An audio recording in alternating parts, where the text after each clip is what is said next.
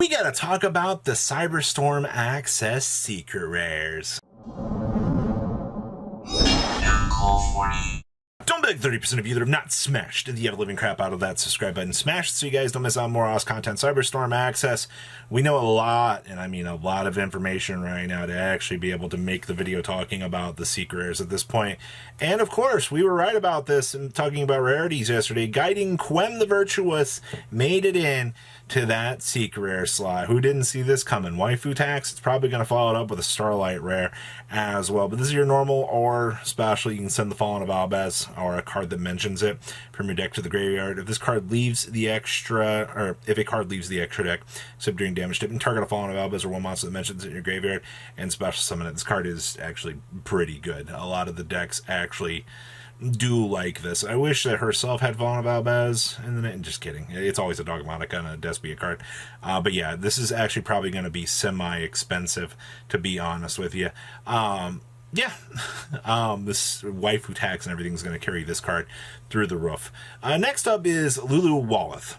And yes, they actually made this into a secret rare. I don't know what they're thinking making this a secret rare. Honestly, I think an Ultra would have been fine with this. The fact that we're taking up 3 slots here for Fallen of Albaz lore is not exactly the greatest thing in the world that I wanted to see. But, I mean, this is the card that you do end up dropping off of Gondola for the interactions that it actually involves with.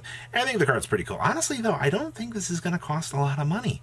I think that you might be looking at maybe 15, 20 bucks, if that, in terms of the Despia core. Like, yeah, you're paywall behind 3 secret rares, but you don't need 3 secret rares of Quem in order to play the deck. I mean, Lulu Walleth, I think, was maybe a 2 of max.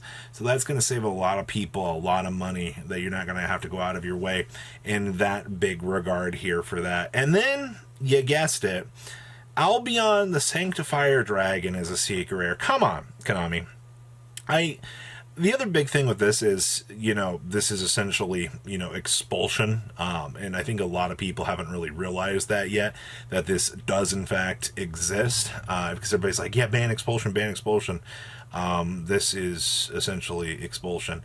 But once again, I mean, you're looking at the biggest giant card that you could actually hope for out of the entire Fallen of Albaz archetype. The dragon does do quite a lot for you want to see.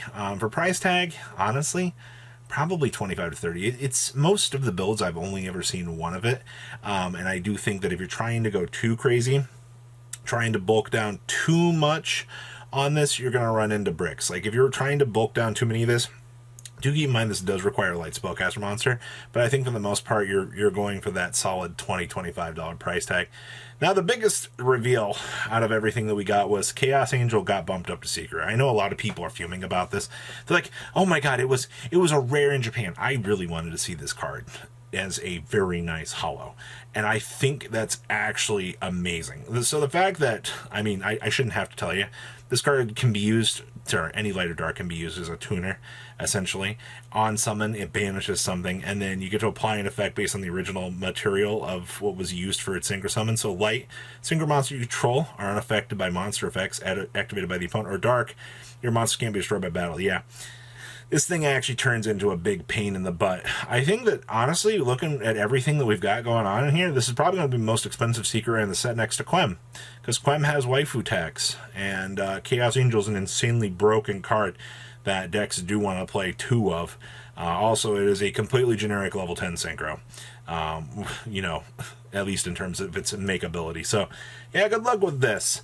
Next up is Vicious Shroud. Now, I've talked a little bit about some of these already, but most of the builds that play Vicious Shroud are only looking at playing this as a potential one of. Like, this isn't something that you're seeing decks playing 2 to 3 of. And that's what's going to hopefully keep this price point down on this.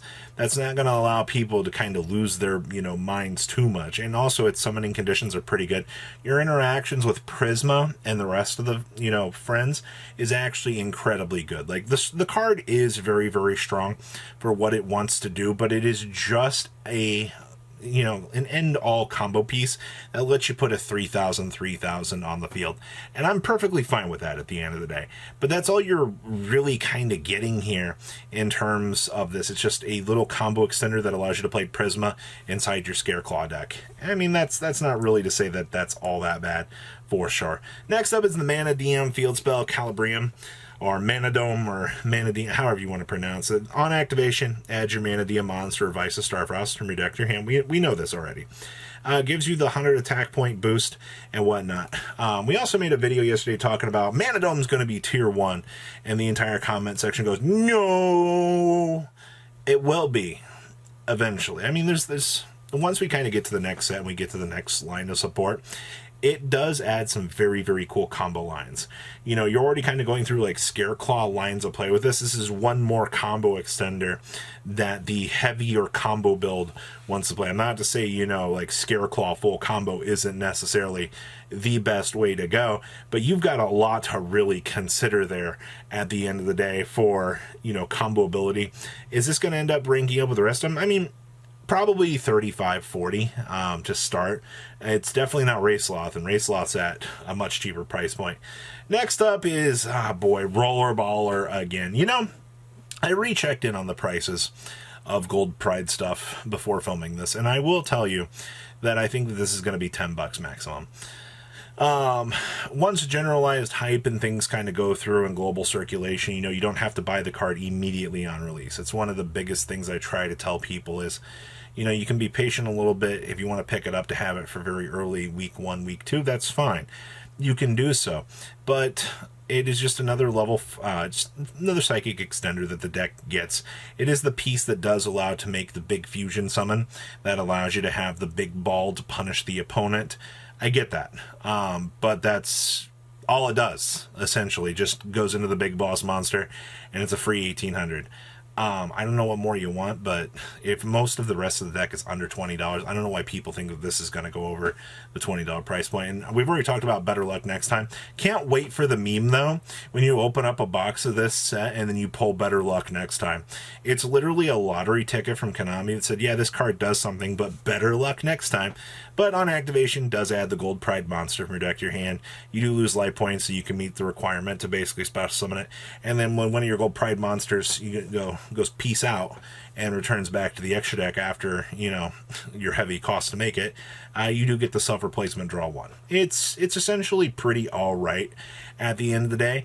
But what more do you really want out of the Gold Pride stuff? I assume that we will get another Gold Pride card much later in the deck's life, because we did see another War Rock card, I believe. What was it, out of a main set much later on. So there is hope. I'm assuming that we'll see something, but in terms of your power-up right now, this card's going to remain a very, very cheap, under $10-15. Our 9th secret rare is actually the big giant spirit monster itself, and I can tell you how shrieked with joy I am to have our sneak peek promo actually be in the set, because I was hoping that we would dodge not having this in the set as a secret rare, but I think this is going to be one of the cheapest rares in the set. I mean, it lets you tribute some of this by tributing one normal summoner set monster. On normal or flip face up to activate the effect, you can force your opponents and any number of cards they control to the graveyard, and if they do, each player draws an equal number of cards. Alright, that's both of you, by the way. And then during the end phase, shuffle all cards that are banished or on the field in the graveyards into the deck, and then during the end phase it bounces back to your hand because it's a spirit monster. But once again, this support wasn't all that great. I do think that you are going to see this be a relatively cheap card out here overall in the long run. It's kind of sad to see that, but that's what we're really expecting here. Now for the rest of Cyberstorm Access, I mean, we're down one secret rare at this point. You got to think about what other options that they can actually have. I mean, after the openings today, a lot of those cards have been crossed off the list. You know, people were like speculating Purely Lily, you know, the super heavy samurai stuff, but that's no longer the case at this point in time. It has been traditional, or that usually one of the exclusives would end up in a slot like that. So I'm very curious to know what's going on. But, you know, in terms of your secret rares out of this set is in a very interesting place, in my personal opinion. It doesn't seem too crazy compared to the last sets, but you gotta have a dial back every once in a while. So what do you guys think? Please comment about how much you guys think. I'll see your beautiful faces back here later today, guys. Patrons, thank you.